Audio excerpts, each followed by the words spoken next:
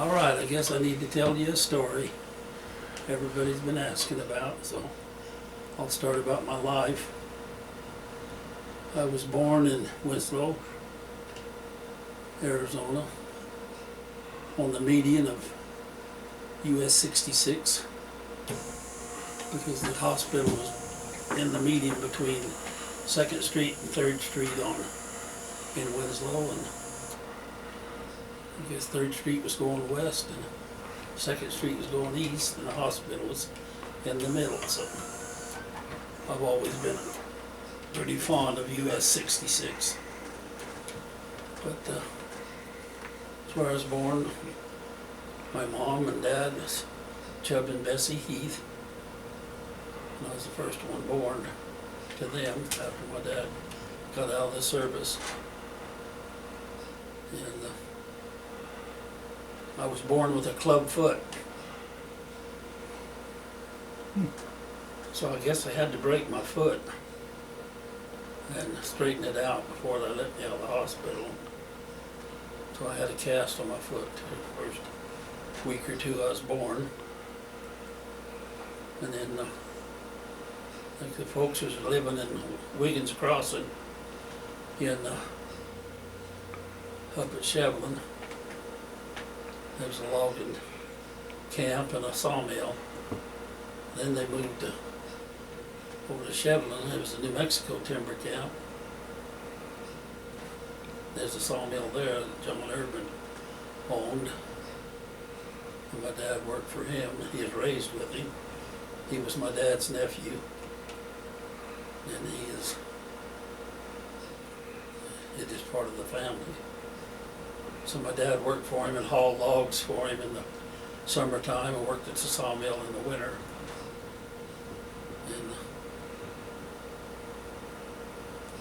And then they hauled the lumber to New Mexico that they saw it there. That was in 1946.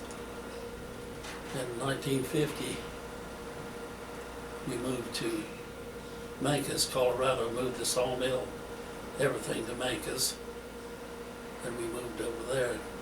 I think I was 5 years old. Might have been 51, I don't know. And so my dad worked there in the sawmill in the wintertime and worked in the woods. It was the only time my folks ever owned a house. They bought a little house in Mancos. We only lived there about a year, and they sold it and we moved to the sawmill, but I didn't ever know why we moved to the sawmill, but they didn't keep the house. I think my mom had kidney surgery or something, probably couldn't afford it one way or the other. So we moved to the sawmill and stayed there about 3 years. And then moved back to Arizona. My dad moved back about 6 months before we did. We didn't know where we was going to live. And he came back up to Shevlin, what we call camp, and moved in there by the schoolhouse. And then when we moved, we moved to a different house in Shevlin, down at the bottom of the hill from Paul and Margaret's house. And he grew up there. Had a great childhood. And hunting and fishing and running wild in the woods. Pretty good life. Went to a one-room schoolhouse there. Mrs. Ballot was a school teacher when I was in the 3rd grade there, and then she died when the 4th grade started, and they got a new teacher. And just learned a lot there because they had kids from up in the 6th and 7th grade, so what I learned in the 4th grade is what most of the 8th graders knew. So I knew all my states and capitals and presidents and vice presidents and everything by the time I was in the 6th grade. So after I got out of the 6th grade, I had to go to Winslow school because they stopped having the 7th and 8th grade there. So we had to move into Winslow. It was either that or ride the bus, and my folks decided to or buy a trailer house and we'd live in it during school year. And so we did that the first year, and then decided it would be easier just to ride the bus, so we went out there to start riding the bus into Winslow. But the first year I was in high school, the schoolhouse burned down the day before school started, so we had to do a lot of things different. They changed all the schools around. So it was kind of rough the first freshman year.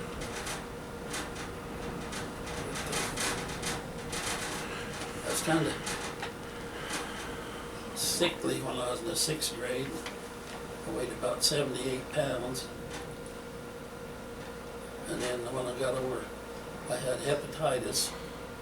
So as I got over hepatitis, I got my appetite back. And so by the time I got out of the 8th grade, I weighed about 200 and some pounds. But I grew so fast, my legs hurt, and knees hurt, and everything. Grew up real fast. And then when I got back to camp, John Urban hired me to work road construction with him. I was 14 years old, and he put me on a jackhammer the first summer, which really made me strong. Learned how to run that thing. So when I got the next year, I started running bulldozers and road graders, every kind of equipment we had. 14 years old, running a scraper, building roads. I really liked that kind of work. Enjoyed working like that. John treated me like a man, taught me how to drive trucks and stuff like that. And then I remember when Judy moved to camp, and they moved next door. I remember the day they moved there, I could see all the kids getting out of the car and stuff. So when Judy moved there, I remember all the kids getting out of the car, wondering how many girls and how many boys was there. And seeing that they had kids that was about our age. They moved into the house next door to us. So got to know them, going to school with them. Then the first winter, it was snowing, and I kind of liked Faye. She was my age, Judy was younger. I was about 14, she was about 13. But me and my brother was out skiing down the hill in about 6 or 8 inches of snow, and so Faye and Judy came out to ski with us, and then we skied for a while, and Faye got cold, went in the house, and Judy wanted to ski with me down, and she stood on the back of my skis, and we skied down about halfway down the hill, and fell over in the snow, and by the time I got her back up, I looked, and her hands looked kind of blue and cold. So I stood her up and put her hands under my arms to warm her up, and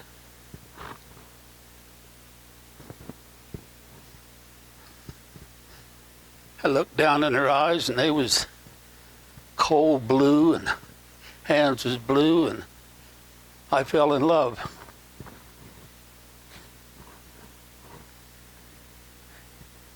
I never had a feeling like that in my life, but I knew it was love at first sight there. So I think God knew it too. So I got her hands warm, and she went in the house. I remember I started praying for her every night. that God had given her to me as a wife when I was 14 years old. Started wanting her for a wife. But I prayed every night. And that's what happened. Be careful what you pray for. But anyway, see, we went to school together. Got to ride the bus together. It took an hour into town, 42 miles to go to school. 42 miles back home in the evening. It was about an hour each way. So we got to be together that, and then at lunch, I was in high school, she's in junior high. And when lunch hour come, I'd meet her halfway between the high school and the junior high, and we'd walk downtown and walk the streets, stand on the corner in Winslow, Arizona, places that become famous later. But we would go to each store looking around, looking for things we'd need for if we got married.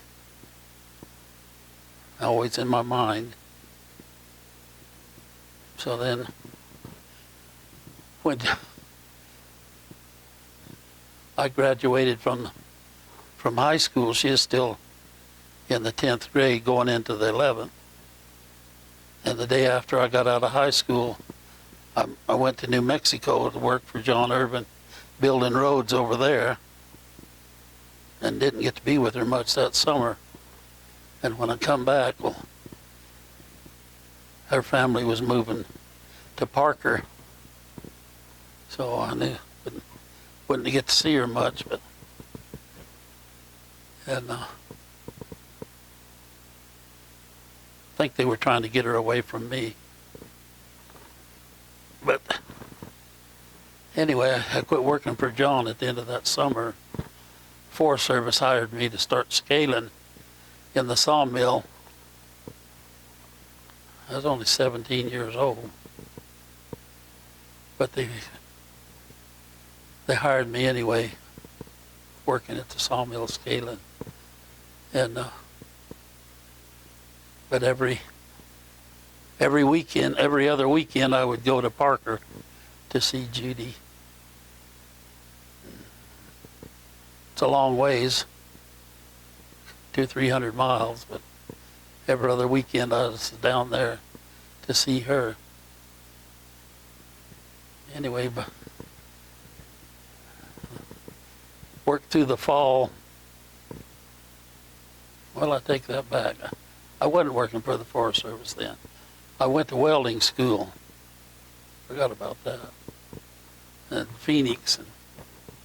But I still, every other weekend, I'd go see Judy. Then when I got out of welding school, the Forest Service hired me to work for them. George Cullum hired me to scale in the wood, in the sawmill for the Forest Service. Then got to working for them. And then it was the same story. I'd go see Judy every other weekend. And then in January, before she graduated, I went and asked her dad if we could get married. And he didn't tell me yes or no. He just got up and walked off. So I figured he didn't want me to marry her. But when I got back home to Winslow that weekend, went to my house, and my mom was crying, and they had my draft notice. And that was during Vietnam. My mom was really upset. So I got back in the car and went back to Parker right then. Say my goodbyes. And then I came back, and they had it if you was married, you didn't have to, they wouldn't draft you, but I wanted her dad to know that I wanted to marry her. But he didn't want me to, or didn't act like it.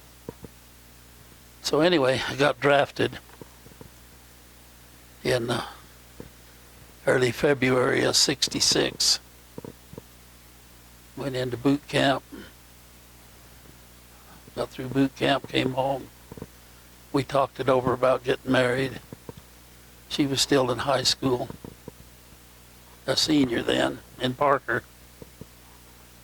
So we made an agreement that I'd get blood tests and she'd get blood tests and get married. And then if I got out of boot camp or out of AIT, my advanced infantry training, well, I'd come home and get married. So we had that agreement. So I went back to Fort Ord, finished out my advanced training, and then I remember there was about 250 of us soldiers and they just lined us up and go in alphabetical order about where you were going, and as they started calling off names, everybody was going to the 101st Airborne or 1st Cav or somewhere in Vietnam. When they got to my name, they didn't say Vietnam. And I looked at the guy next to me and I said, "What'd they say?" And he said, "You're going to Germany." And I couldn't figure that out, why I wouldn't go there. But anyway, found out the Viet Cong didn't use that many tanks, so I was trained for anti-tank. So blow up tanks, and the Viet Cong didn't use many, so I think there was 40 of us out of 250 that went to Germany, and the rest went to Vietnam. So that was on Saturday, July the 2nd of '66. So went back to our barracks. We had to clean up things and get ready to turn everything in, and was sitting there talking to some of the guys, and they said, "Well, aren't you going to go get married?" I said, "Yeah, but I don't even know how you do that." And they said, "Well, you got to go ask the company commander if you can." So I said, "Well, I got to finish this." They said, "No, you go, we'll clean up your stuff. You go see what they can do. If you can go get married." So I went to the company commander and went in and talked to him. He wanted to know what I wanted, and I said, "Well, I'd like to go home and get married." And he said, "Where are you going?" I said, "Germany." He said, "Okay, but you have to be back by midnight on Thursday. Or if you're not, by midnight Thursday, we're changing your orders to Vietnam." I said, "I think I can make it." He said, "Okay." So then I went back to tell the guys, and they said, "Well, you're supposed to get your blood test." And I'd already went down and they give the blood, but I had to go get the results. So I ran down to the hospital, and when I got there, the door was locked. It was Saturday at noon, but I seen a guy in there mopping in the office. I banged on the door, and he come and wanted to know what I wanted. And I said, "Well, I was supposed to pick up the results of my blood test to get married." He said, "Well, I don't know where it is." He said, "You can come in and look," and it looked like a post office with drawers everywhere. And he said, "You can start looking." So I didn't know where to even start. And he went over to a drawer, pulled it out, and reached right in there, and he said, "This what you're looking for?" It was for me as the results of my blood test. So he gave it to me, and then I started back, and I thought, I don't know how that happened. And so since then I thought that was probably an angel.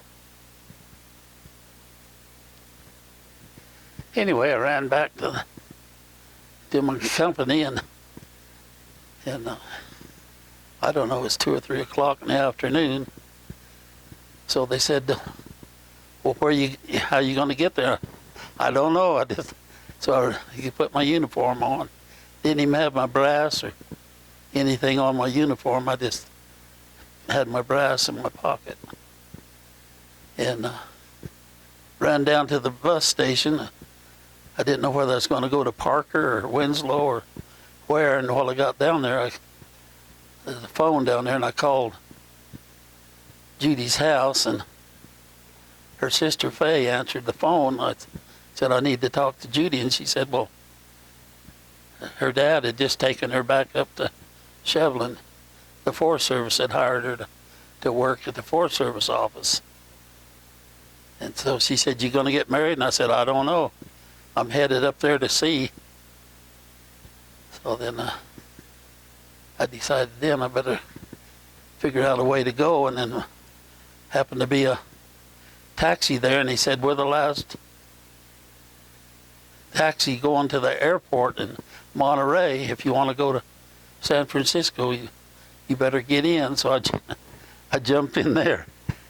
I figured, well, there's another angel. And he took me over to the airport, and we flew to San Francisco and went in the airport there and went and tried to get a ticket to Phoenix. And they said, yeah, well, you can fly in military standby, which means everybody else gets to get on the plane. And then if they have room, you get on. So as I stood there and everybody loaded up, and I was there waiting, and I started to go get on. They said, no, we're full. Can't go. So I thought, well, this is not good. So the lady said, well, we'll see if we can find you another ride. So I was sitting there, and the ticket lady came up and said, well, we have a plane going to Phoenix. You want on it? I said, yeah. So she said, well, come on. So I went down there and walked in the plane, and it was a brand new plane. Still smelled new, like a new car. And I walked in, and there was nobody in it. So I went and sat down, and they started closing the doors. I was the only one on the plane. So I was sitting there took off, and then the stewardess there, and she said, you want to ride in first class? And I'd only been on one plane in my life, and I didn't even know what first class meant. But I said, yeah, I guess so. So she took me in there and put me in first class, and it was like a circular room, and all the chairs was facing out, so you had plenty of leg room and everything. And I sat down there, and then there was a guy that come through there, and I don't know, he had a lot of brass on his uniform, so I thought probably a general, but then I realized I didn't have any marks or anything on my uniform, so I sat down there and started putting everything together, put my brass on, and my braids and stuff, and then I never seen him again. And I don't know, it just seemed like we was in Phoenix in no time. And I got out to Phoenix and see if they had a plane to Winslow or if I had to catch a bus. And they said, well, we have a plane leaving in about 15 minutes going to Winslow. And I said, okay. So I called, didn't know anybody in Winslow to pick me up. So I called a gas station where Mom and Dad bought their gas. A guy named Connie was running it. And when he answered the phone, I said, my folks been in today. Is Saturday. They usually come to town on Saturdays. He said he hadn't seen him. I told him which plane, that I was going to be on the plane there at a certain time. So I just got on the plane and flew up to Winslow, and I didn't know it till later, but he was coming out there to pick me up, and just as he got to the airport turnoff, he met my mom, and he stopped her in the highway, and he said, Ted's coming home today, and the plane flew over right then. Said he's on that plane. So landed, and I got off the plane, and my mom was sitting there. And I asked her, I said, how do you know I was coming in? And she told me that Connie was coming to pick me up, but I seen her there, so I got in the car with her. She'd come in to get some parts or something for my dad. And we got them, and so I got in the car with Mom, and she told me about Connie, and he told her that I was on that plane. So we went back up in the woods to camp, and as we got there, my dad just got off work, or coming in there, so I visited with them for 10 or 15 minutes, and Judy's dad had dropped her off at Margaret Ramsey's house, which was about 100 yards from our house. So I told my mom I was going up there to talk to Judy. So I went up there, and she come out in the yard, and we was talking. And she said, well, did you get your blood test? And I said, yeah. Did you get yours? She said, yeah. I said, what are we going to do? And we said, I don't know. So anyway, the guy that hired her to work for the Forest Service, she just worked that week, the first time she'd worked, and it was George Cullum, and him and his wife seen us out there talking, so they come over to talk to us, and they said, you guys getting married? I said, well, we don't know. It was Saturday night, it's dark already, and I said, I don't know. You know, we have to wait till Monday to get marriage license, whatever. And they said, well, we know a gal in church in Winslow that she works at the courthouse. Said, let us call her. And the only phone they had was in a pickup, a mobile phone, so they went and called and come back and said, she said if you could be in Holbrook at 10 o'clock Sunday morning, she had opened the courthouse and sell us our marriage license. So the next morning, Mom and Dad and me and Judy all went to Holbrook, be there at 10 o'clock, and come in there, and they let us in, and she opened the courthouse. And the marriage license cost us $2. But my mom and dad had to sign for me because I wasn't 21. But they didn't have to sign for Judy because she was 18. Didn't seem fair, but that was all right. So I got the license and went to Winslow. I'd already bought a trailer house and had it there before I ever went in the service, so it was still sitting there. And Judy called the Baptist church. She wanted to get married in the church. So the preacher said, yeah, he'd marry us. He said, show up after church Sunday night and we'd get married. So I think it was supposed to have been at 7 or 8 o'clock. Anyway, we got all dressed up. I was in my uniform, and Judy had graduated from high school in a white dress, so she used that for her wedding dress. And she had something old and something new, something borrowed and something blue, and a penny in her shoe, and whatever women do to get married. I didn't understand that. But anyway, we went over to church that night, drove up to the church, and all the lights was out. So I told Judy, she said, uh-oh, this is where we were supposed to get married. I said, well, I'm going to go knock on the door. I went and knocked on the door. Nobody answered, and then I was walking back to the car. Just about back to the car, the door came open. A man and 2 women walked out and said, can we help you with something? I said, yeah, we're supposed to get married here tonight. And it was the preacher. He said, oh, yeah, I forgot. I said, come on. I said, well, it was we'll marry you now. So my mom and dad come in with us. It was the preacher and his wife and her sister.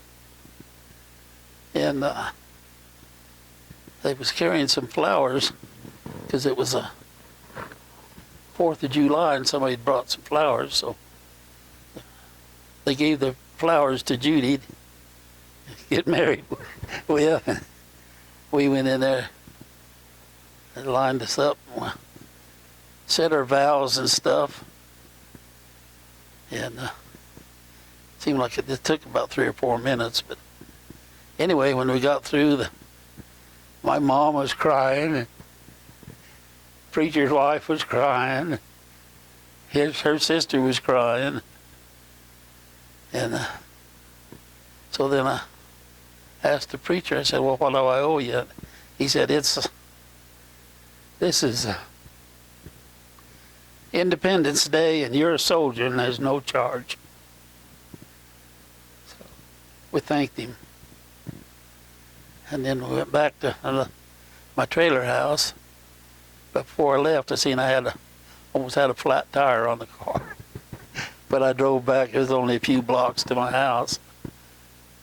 Drove there, and my mom and dad went back up in the woods. And they'd invited us to the rodeo in Heber on 4th of July. This was on the 3rd of July when we got married. So the next morning we got up, and we just went arrowhead hunting, the two of us, and Judy found a real pretty little arrowhead, but we didn't go to the rodeo. So then the next day we went down and got wedding pictures taken, and then went back up in the woods. And I think we spent Wednesday night with my mom and dad up there. And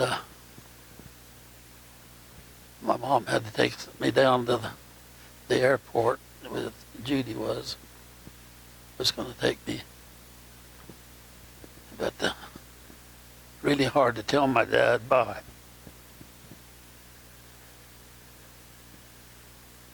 I didn't know if I'd ever see him again. But then my mom and Judy took me to the airport, and the wind was blowing so hard, and dust was blowing. They were both in dresses, and the sand was blistering their legs. And the plane had pulled up and had the stairs hooked to it. I remember the stewardess was standing up hollering at me, "We gotta go, come on." And I couldn't turn loose of them. I was hugging them and kissing them goodbye, and didn't want to leave. And finally I just turned and ran to the plane. I was crying, Mom was crying, Judy was crying. And I got to the top of the stairs to get on the plane, and the stewardess was crying. And I knew if I ever looked back, I'd go back, and I knew I had to leave. So I got on the plane, and then I looked out the window, and they was both, Mom and Judy was hugging each other and crying. And they took off and went back to Fort Ord then. And when I flew down to Phoenix, and this was about, I don't know, in the afternoon, landed at Sky Harbor from Winslow and got off the plane, and there was people everywhere, and there was an airline strike. And so I was trying to fly back to San Francisco. Couldn't get a plane. I was flying military standby, and I get on a plane, and then somebody would buy a ticket, and they'd come out and get me off the plane. So I got kicked off 2 or 3 planes. And then finally they said, well, we got a plane going to Los Angeles if you wanted it. And I thought, well, that'd at least get me into California. So it was a funny looking plane, had the wings up over the top, more like a water plane or something. Anyway, got on it, flew to Los Angeles, got off the plane, and there's people everywhere there, and they said, you can't fly to Monterey from here, you got to go to another airport, which is 8 or 10 miles away. So I there was a taxi there, and they said they'd get me over there. So they took me to this other airport. It was dark. So I went in there, and I'd never seen so many people. And nobody could get out. And so I was trying to get a ticket, and they said, well, there's a bunch of soldiers that's going to charter a plane up there to San Francisco, or to Monterey, I guess it was. They said they were over there in the corner of the building. So I went over and seen them, and they said, yeah, we got a plane chartered, but there's no room. I think it only held about 5 or 6 people. So I thought, well, it looks like that was my last deal. So I went over there was a whole bunch of phone booths on the wall, and so I waited till somebody got out of, and I went in and was trying to call my unit in Fort Ord to tell them I wasn't going to make it. And somebody kept banging on the door, and I said, hey, I'm trying to make a phone call, and it was a sailor. He said, I have a ticket to go up there. I said, I don't have to be there for 2 or 3 days. But my dad still wanted me to let you have the ticket. He said, do you want it? And I said, yeah. So I got out and he gave me the ticket, and I gave him some money. And then I was running across. He said, you got to go out that door, but you better hurry because they're taking off. So I ran through there, and I was hollering back trying to get his name so I could write him a thank you letter. And I went out the door, and here's this little plane it was what they call a tail dragger. It just had the 2 big wheels in the front and the little tail wheel. And they was driving out on the runway. And I was running out there trying to catch them. And somebody opened the door on it. It was just a round door. Said, are you going with us? And I said, yeah. And they said, well, we're taking off. You better get in here. So I just threw my bag through the door and jumped in, rolled in on the floor. Got in there, and it was dark. This must have been around 8 or 9 o'clock at night. And we took off. Got flying out over the ocean. I could look out the little window, and I could see the land from out off the ocean. And then all of a sudden, the door to the pilot's cabinet opened, and the pilot looked out and says, anybody want to fly this plane? And he was drunk as a skunk. So I said, yeah, I do. So I climbed up in there and sat in the co-pilot's seat. Oh, the pilot was over there drunk. I don't know what he's just talking to himself. I don't know what else. Anyway, flew very smooth for a long time. And then he said, don't you think you ought to let somebody else fly this? And I said, well, I guess so. So I looked back and asked this in the back. I said, any of you guys want to fly this? And the guy said, yeah, I do. So I got back down in there. He got up in there, and we made it there to Monterey and landed. And got out of the plane and walked in it was just a little room there. There's a taxi cab or a limousine sitting there, and the guy said, this is the last limousine into Fort Ord. Better get in. So we all jumped in the limousine, and as we was driving out, we could see that little plane taking off, and he was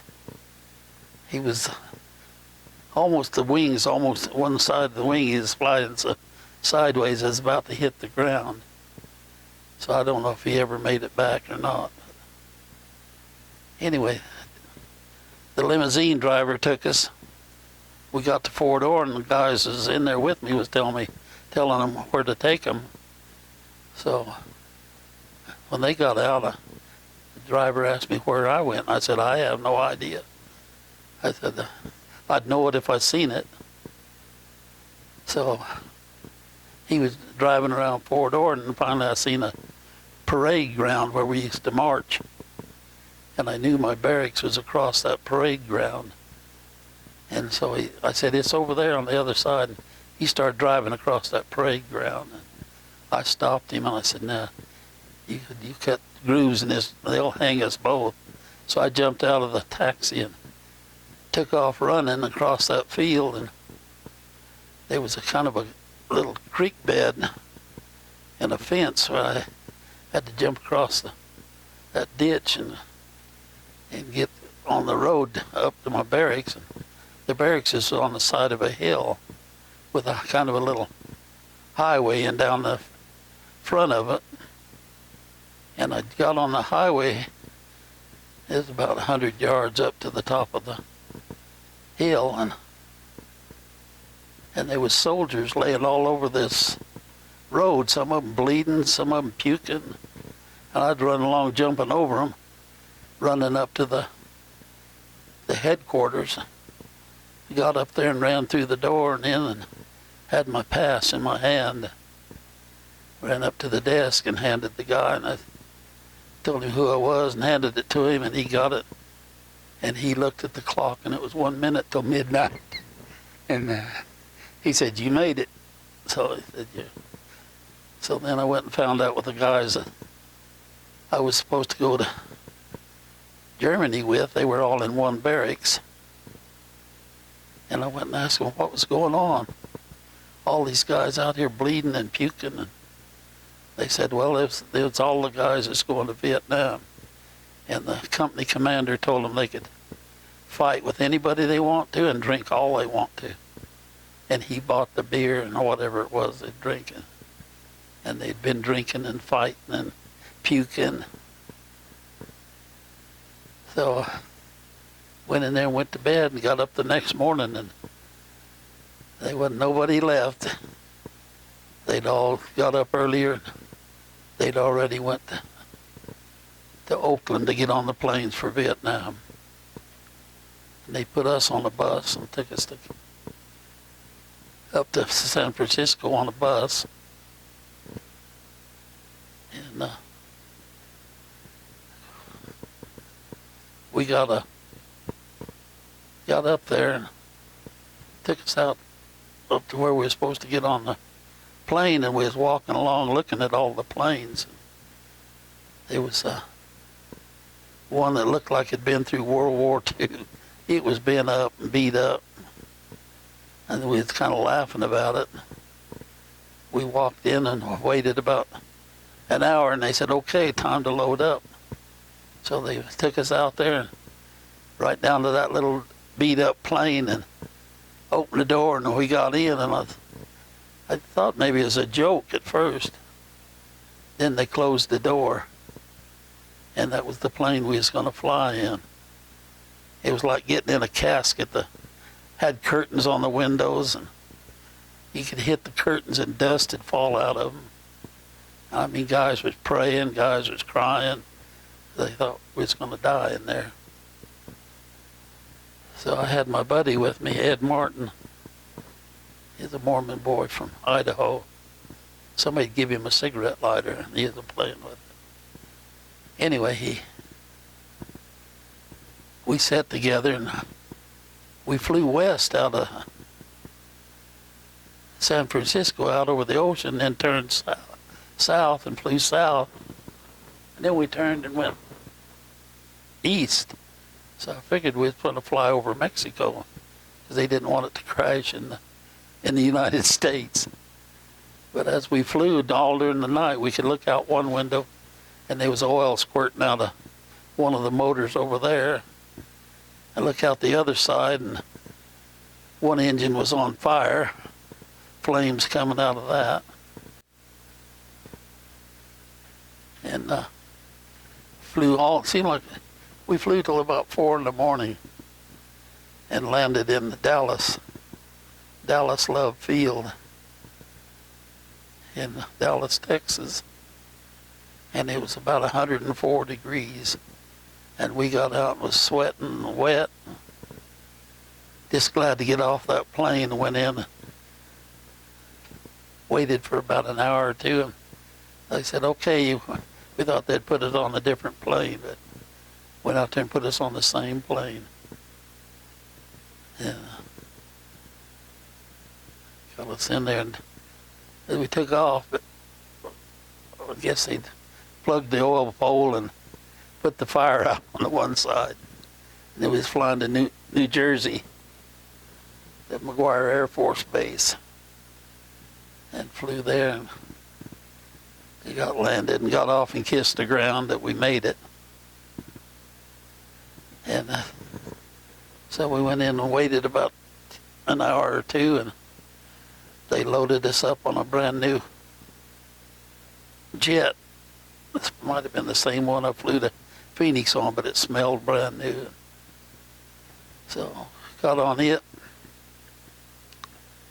and it was full of people. And we took off and was climbing, and the stewardess said, no smoking, no cigarette lighters, or no nothing. Don't be lighting them. So Ed Martin had that cigarette lighter. It was it was a Zippo that fell from the bottom. And he said, I wonder why, and he struck it, and it's boom, caught on fire, and he dropped it in the floor, and he went to stomping on it, and the flames was coming up, he laughed over his face, and I just started laughing. I thought, well, this is it. Anyway, he beat the flames out, but it burned his eyelashes off and his eyebrows, everything. Anyway, he got it out and we didn't burn up. So we flew all night, and then the next morning it was daylight. You could see it was over Germany and flying. You could see cars below.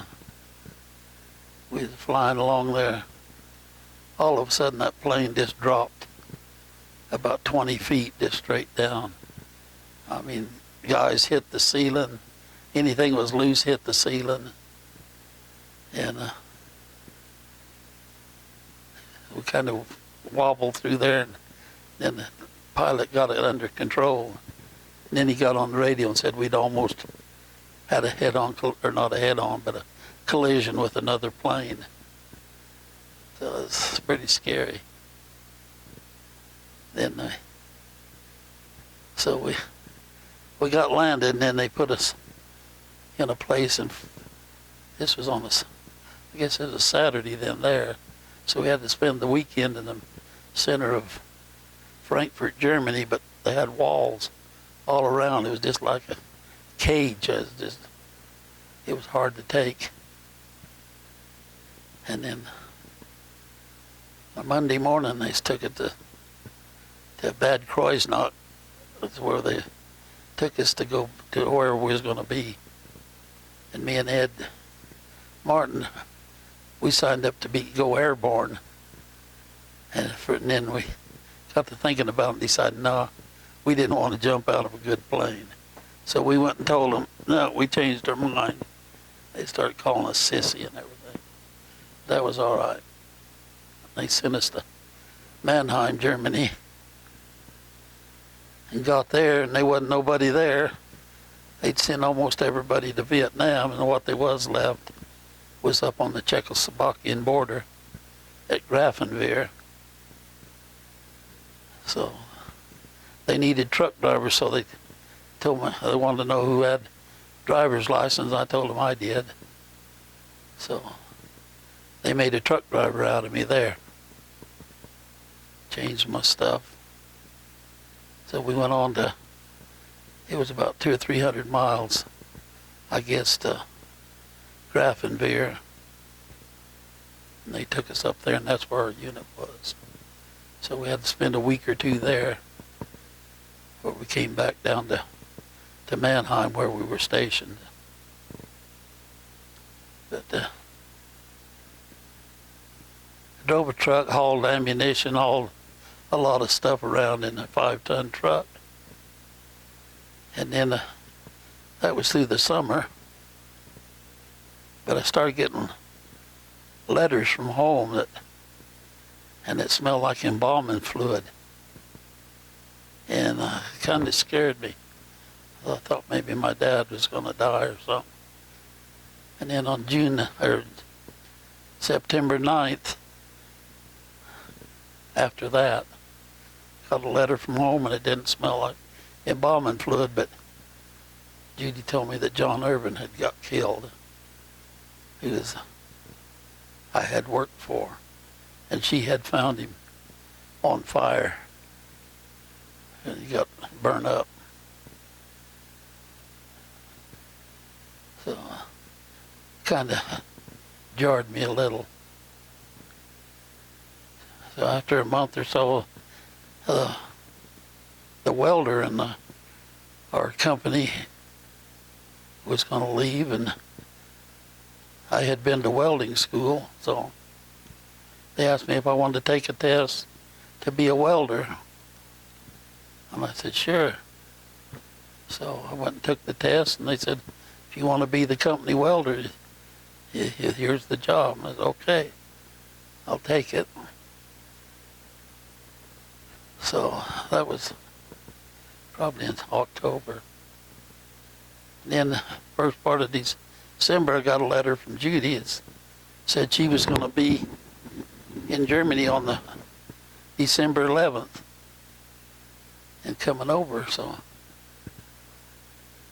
I went and talked to people, and they said, well, you got to have the company commander's permission to bring your wife over. So I went in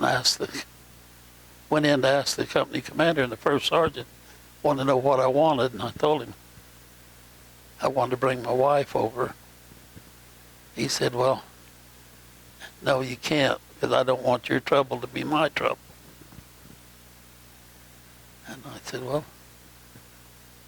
okay. So I went back to my barracks, and then one of the guys, he was kind of a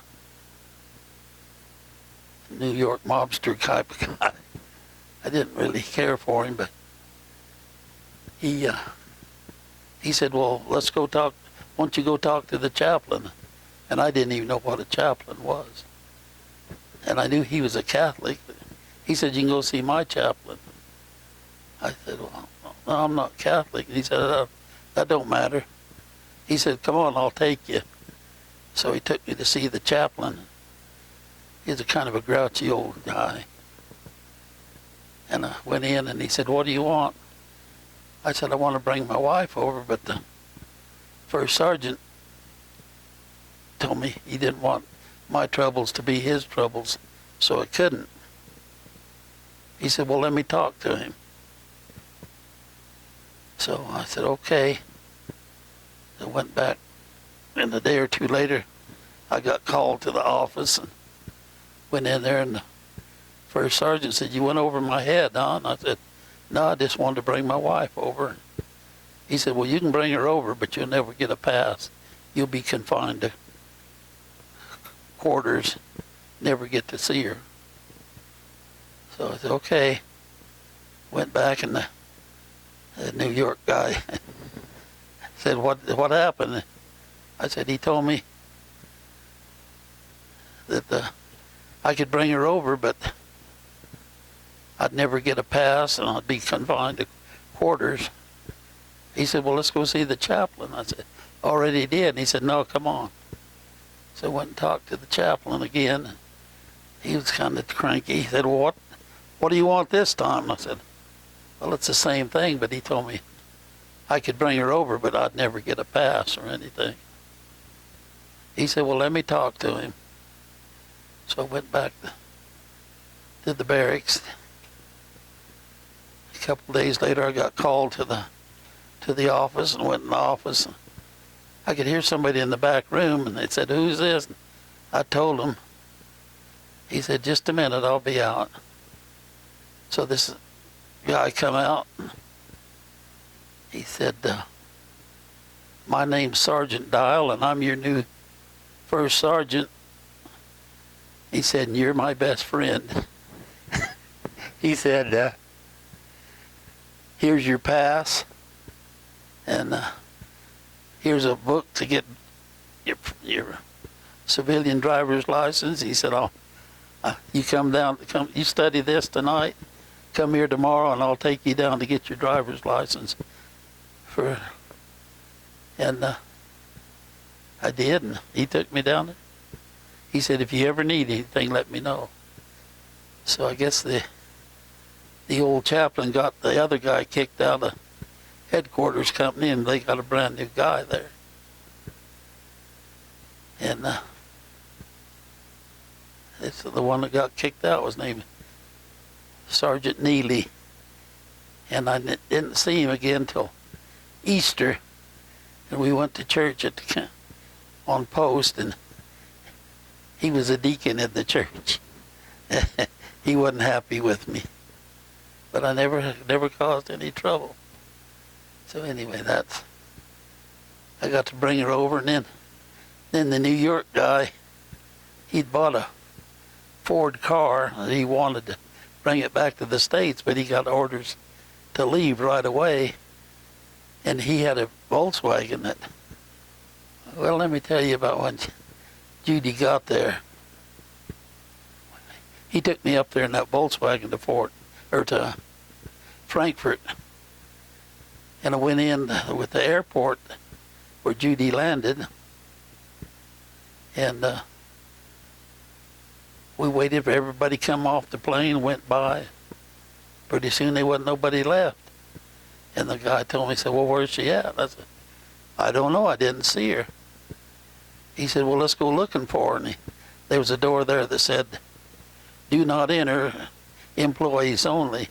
And he went to open the door, and I said, "No, it says do not enter." And he said, "Yeah, let's look." So he opened the door, and there Judy was standing there with his stewardess helping her, and then she said, "Where you been?" And anyway, I was looking for a girl with long hair, and she'd got her hair cut off. And she was looking for me in a uniform, and I was in civilian clothes. So we had missed each other. Anyway, he took us back to Mannheim, and we had been trying to find a house, and this guy from New York knew somebody who lived right across the street from him on the German economy, and he said he's leaving. Maybe he can get his house. So we talked and made a deal with the Germans that when that guy left, we could rent the house. And so they had a little room. It's about 8 by 8 on the top of the house. And we spent about 2 days in that, and then the guy that was in the place below, his wife had already left, and so he said, well, he would move back in the barracks, and we could have the house. So he did. And we got a place to live, and then the guy across the street, I rode to work with him for every day.